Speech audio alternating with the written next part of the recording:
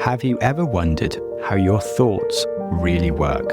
How some specific neurons in your brain, they either fire or they don't fire, and by some cosmic magic, abracadabra, you get consciousness.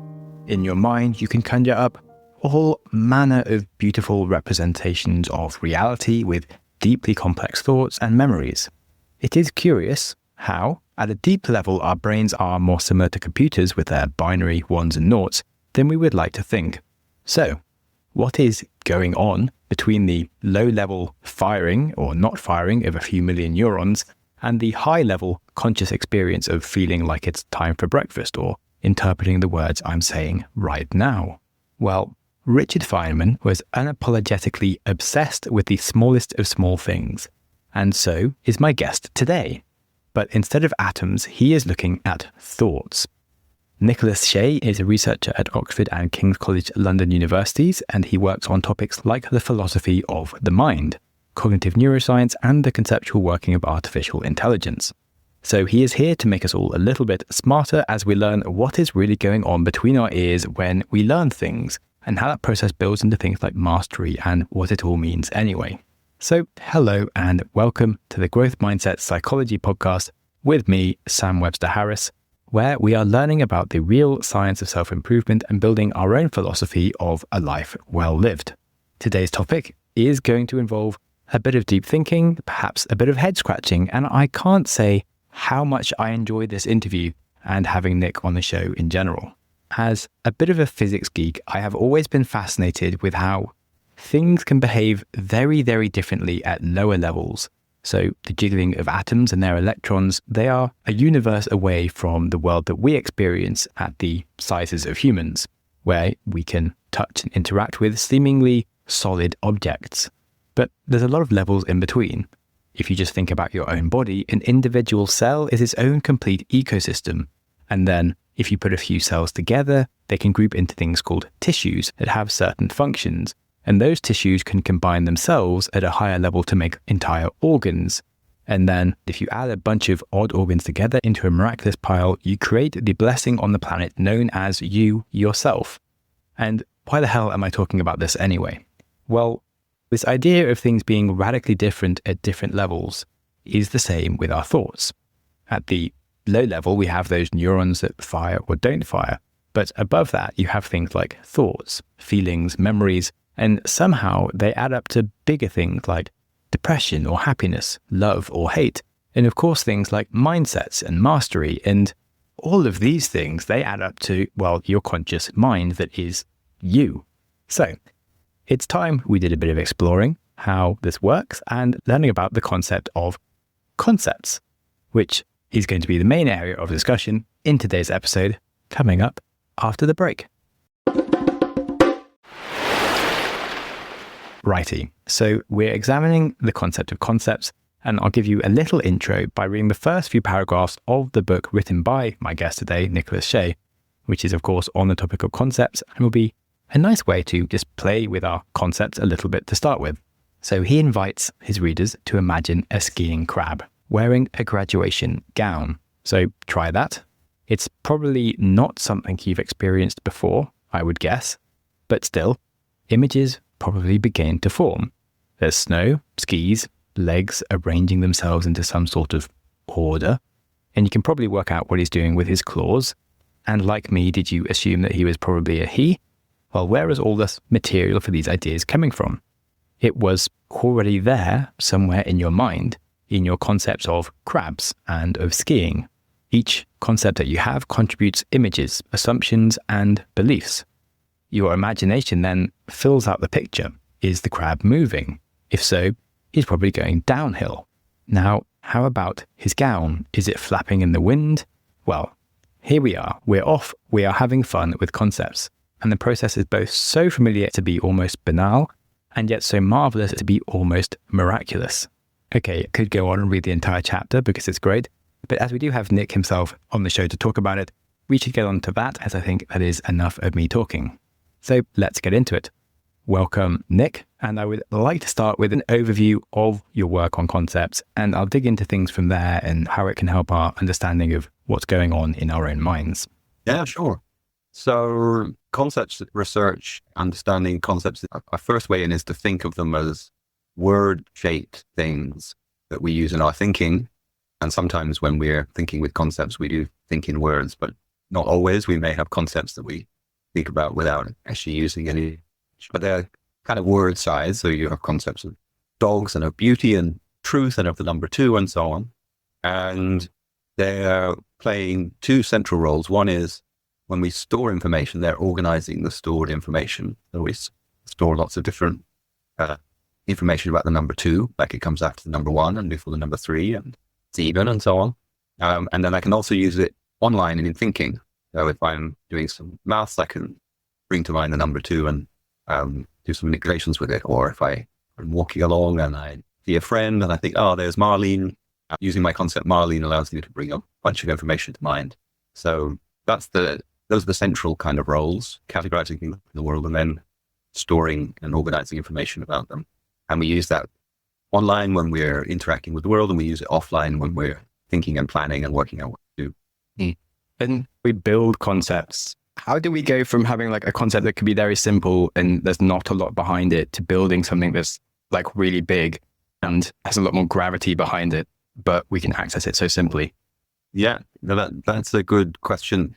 So once you're talking about an adult who's got already quite a big conceptual repertoire, the process of adding new concepts, I think it's just very familiar. Right? Someone tells you about something, they may use an existing word, they may use a new word, they may not use a word at all, they may point at something, and then you see or feel or hear some things about it, and you just start storing that information. The most obvious way of doing that is if someone gives you a sentence, they say, oh, there's this very nice city in southern France called Pau, and you can fly direct Pau from Britain and da-da-da-da. Already, right? You've acquired this concept of Pau if you didn't have it before, and you're storing some information about it. So that's the kind of obvious way of learning information, the information that has the kind of form of a sentence. But a lot of our concept learning, we learn things that are much harder to put into words. Like I might give you a new object and you might just start manipulating it. And then you'll have stored some procedural information about what to do with it. Again, stored with the concept. But those processes are reasonably familiar. And then something that psychology and to some extent cognitive neuroscience is beginning to uncover is what the psychological structures are like behind that. So you kind of understand how you're getting the new information behaviorally, but it's not very well understood how that information is stored psychologically or in the brain. And we're beginning to get some ideas about what the mental representations are. Yeah. So that's all about adults. And then another area that's quite a lot's known about is how infants and children start getting their first concepts. And there it looks like some of our conceptual abilities come on stream in a way that doesn't depend on very much learning or is directed towards a certain outcome if it's developed in the right kind of social setting. So children, very, very young, start acquiring concepts of different people around them by recognizing them by their faces, and that ability to keep track of people by their faces. So there's an interaction there between some resources that we develop in a way that doesn't entirely depend on learning in infancy, and then building on top of that to get much richer concepts as you move in through childhood and into adulthood. Interesting the way that all works. I guess one thing, as in when I read your paper, I'd just been doing a lot on the motor cortex and more how we move and learn like physical movements. And it really reminded me of, okay, you've first learned to walk and that takes ages, but then it's just automated. But then if you want to become a good tennis player, you have to learn like a forehand and a backhand and work out where to be hitting the ball and positioning. And then you get to being an expert and you can be like diving for the ball and thinking about gravity and where the player is going to be to like make a perfect shot. And you're doing that mostly on automation. And your conscious mind is really just about keeping yourself positive and like, you're not thinking about all these behaviors. I think there's a lot of truth to what you say there, but there's a part of it I'm going to disagree with. Cool. So you do have to train up these kind of automatic tendencies or action programs that become extremely honed and fine-grained, so that your eyes are taking information about the ball, say, and then your muscles can react to that on a time scale that doesn't involve deliberate thinking. But there's an awful lot of deliberate thinking goes into skill sportsmanship as well. Strategies for dealing with not just this part of the game, but this particular point. You'll have worked out what you're planning to do strategically. in relation to this point. And so that's a way of kind of marshalling these automatic resources and then adjusting that on the fly. So something happens and she may change her plan. And those steps do involve something that's more recognizably conceptual, although a skilled person can do that much more quickly than you or I would do it, because they also have a lot of experience of how things are likely to unfold. But it's not entirely automatic. I think it does involve strategic thinking, albeit the skilled person can do the strategic thinking quite quickly and can react very, very flexibly. So I think there's actually an interaction there that you get through skill. You get these kind of automatic skills get more learned and more fine-grained, but you also get better at using your conceptual resources flexibly to deal with the situations that they unfold. Yeah, definitely. And as you said, it takes a lot of training to get there, and like each addition to how much you can do in a more automated manner takes a lot of time. It feels similar to just the things you know about concepts. As you grow older, you build a lot more of these concepts. But if you think of, I don't know, someone like Einstein, he can obviously put a lot more behind the concept and really understand it without necessarily having to go from scratch to bring it all to his mind to be able to use it. And I guess I'm just intrigued of how you can have a concept that's so weighty and big and understood compared to other things, but be able to access it so simply as if you're just using a pencil or something. So you're kind of thinking there's a bit of a paradox there, that the concepts become richer, but the deployment of it has become easier. Yeah, as in if it was like ones and noughts in a computer, it's suddenly trying to access like many gigabytes of information all at once and put it into your RAM, as opposed to just one thing. And I'm like, I'm head scratching. Yeah, no, well, I think here's part of the solution. So sometimes we have to go through a whole series of reasoning steps to make use of the information that we've got. So, I just gave you some new information about Poe, and next time planning a holiday, you might think, oh, where can I go? I could go to Poe, and then you'd remember there are cheap flights to Poe, and then you can infer from that, I could take a cheap flight there. You've had a 3-step, had to go through 3 representations there.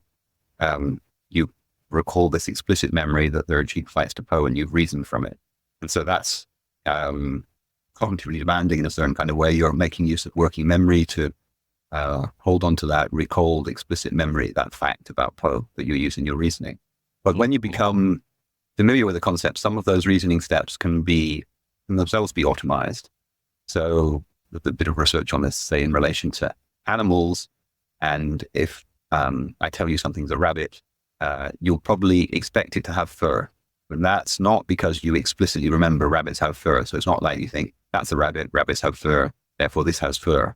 You could go directly in thought from that's a rabbit to it has fur. So you've automatized the step in a way that doesn't depend on having a representation. And so then that's less cognitively demanding. And so some of the richness that we get when we get richer concepts is being able to automate some of the inferences we make between our thoughts. So in one level, the concept's richer because it's got more of these connections. But on another level, it gets easier to use because some of the steps that you make with it don't depend on step-by-step explicitly reasoning, kind of plodding and remembering all these facts. They're just kind of built in to your facility with using broadly analogous to the sports person being able to react very quickly to new information. I think you're right that on the surface, it's paradoxical, but as your concept gets richer, it could get easier to use. But I think that's because some of the richness consists in inferences you make with the concept rather than explicit information you store with the concept. Yeah. So I guess in general, whenever you look at what the brain's doing, it's trying to make its life as simple as possible. So it's find a way to aggressively simplify what it's thinking about to just access the most useful thing for whatever it's using it for right now. Yeah, that's probably true. But then it also becomes blinkers because then you're in a situation where that's not the right assumption to make.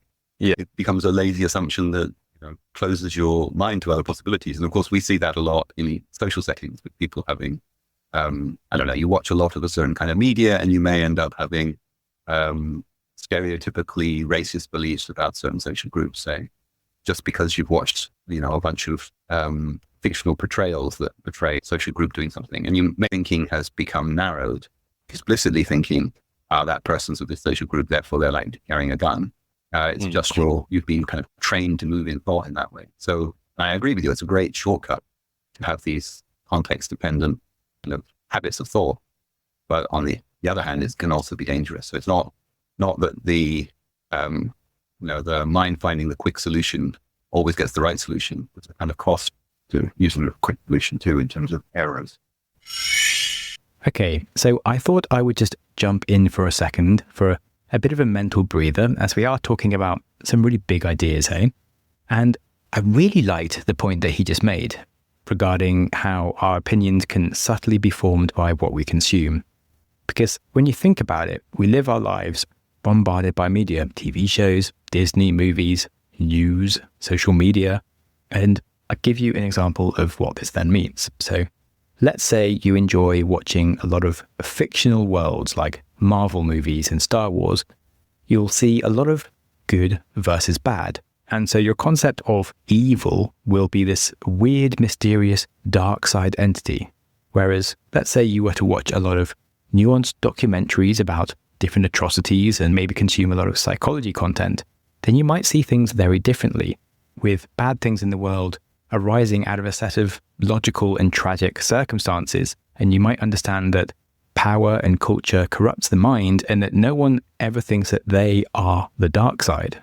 Then also, as Nick outlined, the things you consume can affect your racial or gender views and so on. So yes, I thought I'd just add a gentle prod to make you consider how much social media you consume on a day-to-day basis, or what bubbles you live in terms of news or TV shows you watch, or even the books you read. Because whether you think it or not, it will be building your concepts of everything. And certainly in our modern day, the ideas of your concept of success and happiness should be something that you should be building a definition for yourself rather than letting yourself be told what it is. Because so many people seek this thing because they're told to seek it, to find out when they get there that they don't even like it. Anyway, a nice step back from our very philosophical interview to add some more deep philosophy for you to consider. My apologies. Can you tell I'm excited? I'm excited. And on that, back to the podcast after a quick break for some advertisers. We're talking about concepts and habits of thought and how you get richer concepts over time, and then why don't they become impossibly complex to work with. I mean, there is an aspect of that problem, which is when a concept, when your concept starts to store lots of information, then there's a kind of puzzle about how we look up relevant information, which is a long-standing puzzle in old-fashioned AI research called the frame problem.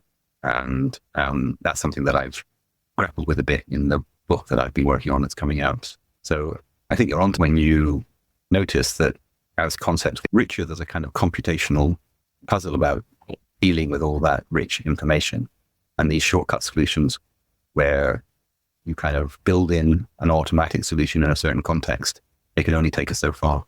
Since, that relates into cognitive biases and like the whole Daniel Kahneman thinking fast and slow and finding ways to make yourself be a slower thinker.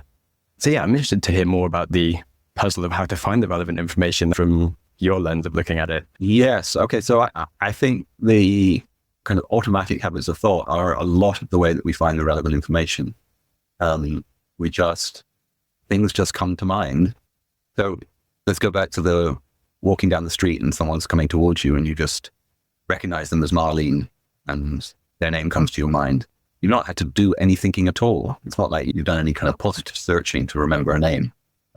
Your eyes process some visual information and her name pops into your mind. And I think that's very typical. Of course, sometimes it doesn't work and then you can't really remember this person's name, and then you can use some strategies to try and prompt. But I think those strategies, again, are trying to prompt your mechanisms to spit out the right answer. So you might try and remember a context when you saw them last. And then if you visualize that context, got some more information that the system can run off. When old-fashioned AI was grappling with the frame problem, those systems mostly would have to look up every piece of information to work it out if it was relevant. That becomes really like computationally taxing if you've got lots and lots of stored information.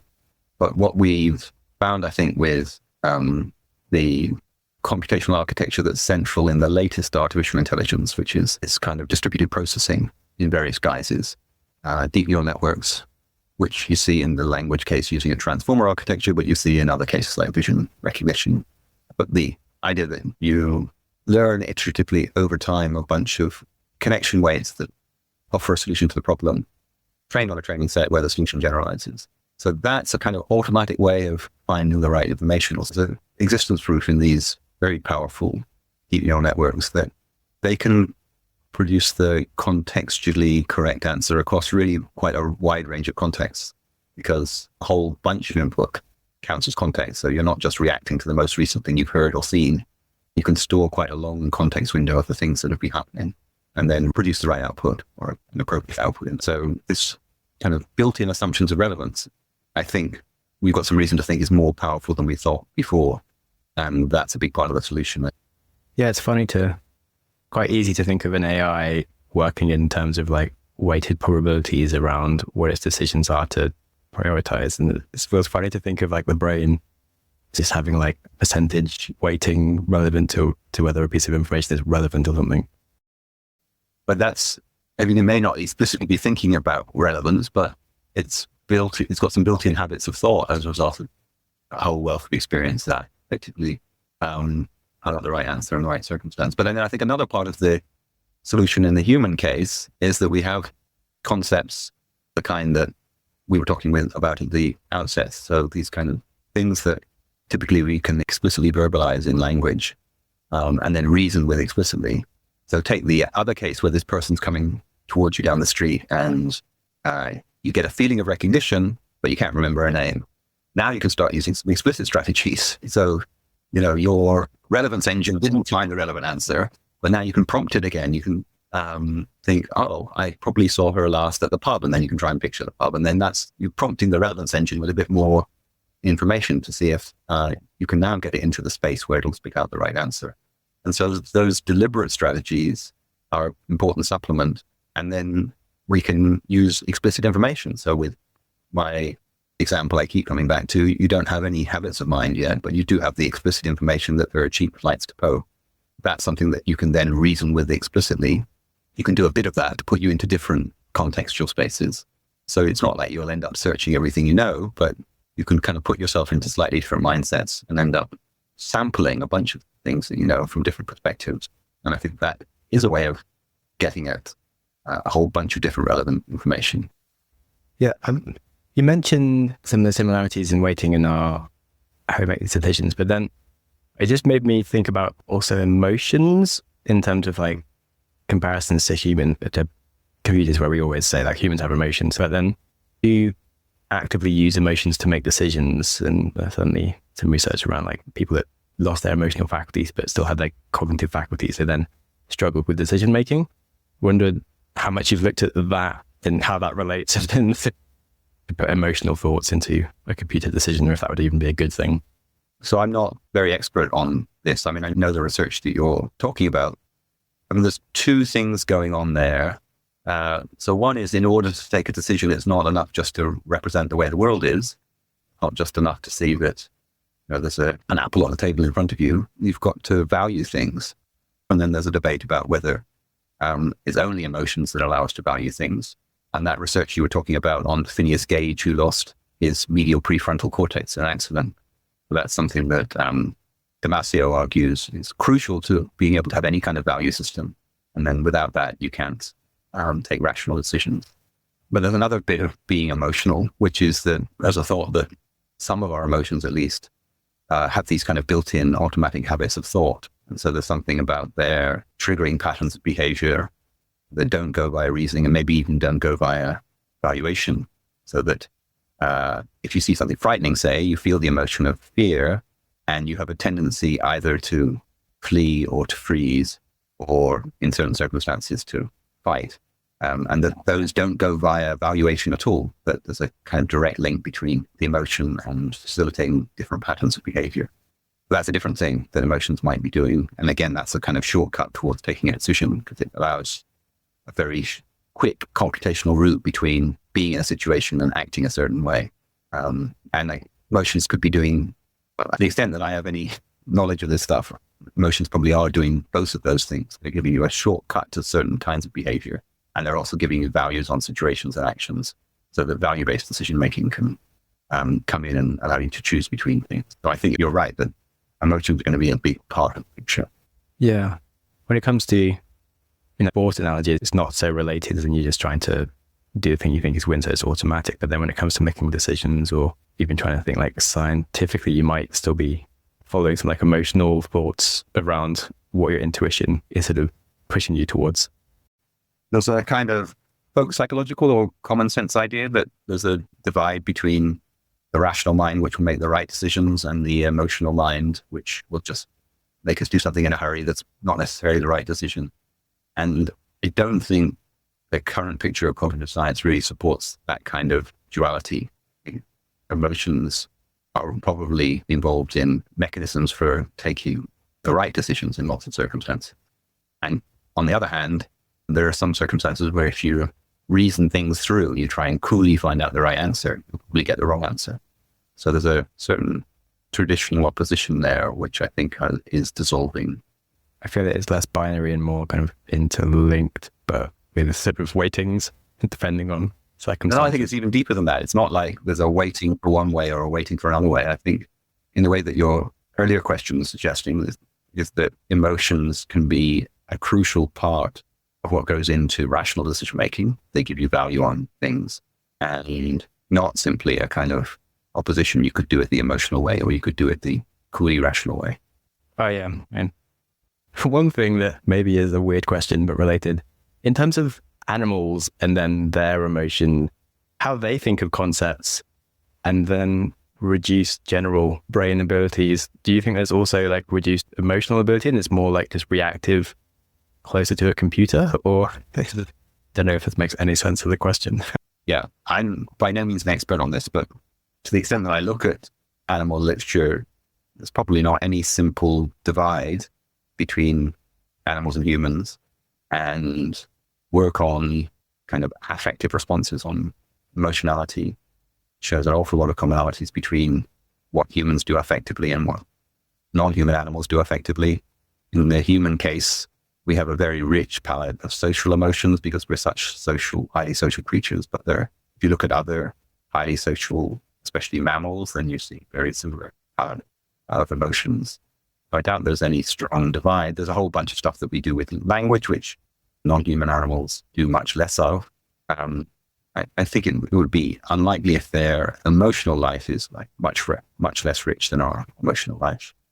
Yeah, they intuitively look like they're having a great time sometimes, or are scared of things. Yeah, I mean, there's those things which clearly there's a deep resemblance between what it's like to be a human that's scared and what it's like to be a macaque that's scared, let alone very close relatives like a chimpanzee that's scared. But they also have, so this is most studied in non-human primates, but it's also studied in rats and to some extent in dolphins, a tiny little bit, even in really distant relatives like octopuses. They have kinds of planning and reasoning that look like they're not just kind of emotional reactions. They're in some way related to what we do when we're reasoning in what's often called a model-based way about a situation. And by that, people mean the reasoner has got a representation of the structure of the world, some kind of model of the world, and they use that model to work out how to react or what to do.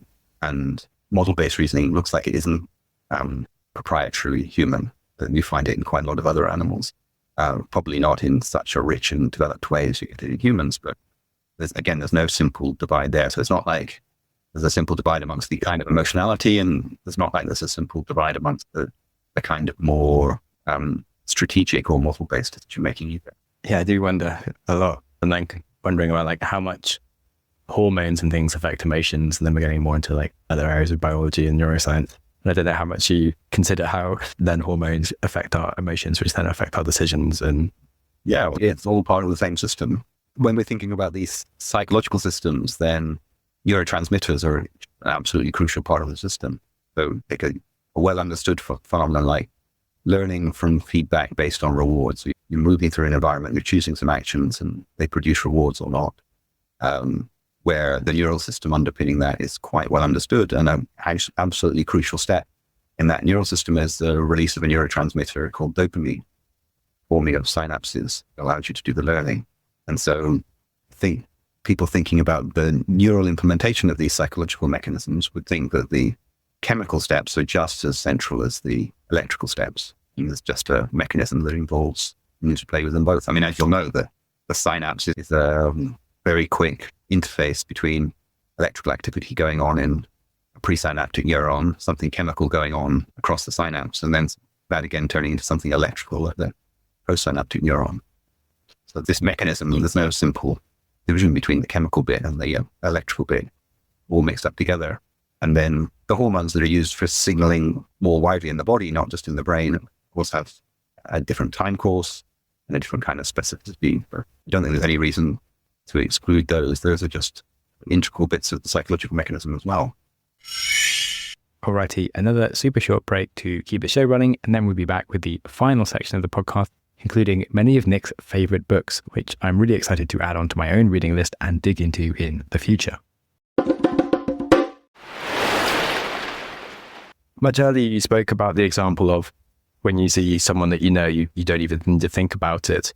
It's very simple versus someone that you half know and you're like, oh, did I meet them before? Was it at school? Was it in the pub or something? And then just trying to work out what friend it might have been that introduced you to why you know them. It felt like a very intuitive thought experiment. And I find it really explained the point. How, as a philosopher then, is most of what you're doing trying to find thought experiments that you can then find a way to then experiment real life? It's a good question about the method. So traditional philosophy would be to think up a thought experiment. So to think of your ordinary situations and then try and understand, whatever your subject matter is, you might try and understand the emotions or thinking or knowledge or concepts by just thinking up thought experiments. I'm in a bit of philosophy that's much more interdisciplinary than that. So a lot of my data comes from reading psychology, cognitive neuroscience, and to some extent, linguistics, anthropology, and computer science, and then talking to the people in those areas. So when I'm giving you these kind of intuitive examples, I'm not really trying to put any weight on the intuition you get out of the example. They're just a kind of way of conveying something which I hope has got some validity in the empirical literature. And so the main source of evidence for me is when people do controlled experiments on these kinds of issues. Now, of course, there's limitations to that too, because in a controlled experiment, you have to give the participants quite an artificial situation in order to control all the variables and then find out what's going on. But it's that kind of information that's mostly informing what I'm doing. And then you might ask, well, what's a philosopher adding? Because the scientists are doing the experiments and then they can interpret their own experiments and they can form their own theories. But something that the philosophical training helps with is broadly speaking theory building, like seeing how bits fit together, seeing what kind of arguments work, seeing what contradicts what, seeing what follows from what. Right? I think since we don't actually have to spend much time in the lab running experiments, we have a chance to get kind of hone skills at putting concepts together and finding contradictions and trying to get consistent pictures. That's certainly part of what I see myself doing. And then the subject matter of that process in the bit of philosophy of mind I'm in is really stuff that's coming out of the empirical research. Yeah, I was interested. So besides trying to answer like giant problems like what is consciousness and the point of it, what are like the everyday sort of implications of what you would be working on exactly? Yeah, I mean, but the kind of thing I'm working on, because it's so abstract, the everyday implications are potentially huge and wide-ranging, but I probably will never be alive to see them because I'm making this kind of collective contribution to these very big questions. And if we come to understand them a bit better, then there will be all sorts of practical payoffs, but it's almost impossible to predict what they're going to be. I guess the people who are working on formal logic 120 years ago, we're just trying to work out patterns in reasoning, just this abstract question of what follows from what. They had no idea that when digital computers were invented, that this would be absolutely crucial to making our digital computers able to calculate things. They were just interested in the problem in its own right. So I'm pretty convinced that better understanding in this field will have all sorts of practical implications, but there's very little of what I do that can turn into immediate practical applications or immediate payoffs for things that you can do, things that you could change now and need to be working on much less abstract issues, I think, to get those kinds of payoffs. Yeah. It does feel intuitively like the things we've spoken about would already impact, just if you're thinking about how you learn concepts and build them, would impact education or like computer science, obviously, but then emotions also, and how we learn those and then affect our decisions would very much go into therapy. Some of the things I'm saying theoretically, I think, there's reasonable evidence for, but then to turn that into an actual intervention, there's so many things that affect what makes intervention in the classroom, say, or what makes a good clinical intervention. But there's no simple translation from this insight you might have about how information is stored in various automatic connections and thinking. I suppose that's true. There's no obvious way of turning that into something that you would use in the classroom. It might suggest various techniques you could use in the classroom, but then you actually have to go and test them in the classroom where there's a million things going on to see what works. And there's a lot of cases where things that seem very intuitive turn out to work in the opposite way or turn out to be counterproductive. For example, there's some work going on in Oxford. If you give people more support about mental health issues, they can deal with mental health issues better. But there's some evidence for a kind of backfire effect that telling kids in their teenage years more about mental health issues can actually exacerbate mental health issues. A colleague in Paris who's working on a French commission about bringing more science into the classroom. And then that's a bunch of people who are doing the hard yards of taking the philosophical and psychological insights and converting them into real things in the classroom. She works in metacognition. How good are people at knowing whether they've got stuff right or they've got stuff wrong? And are they able to use the fact that they're likely to have got stuff wrong to improve their learning? And she's involved in collaborations where you actually test things that seem like very plausible interventions in the classroom. Like you get children at age 7 or 8 better at knowing whether they've got it right or got it wrong. Then you want to know, does that make them better learners? And her preliminary results are no.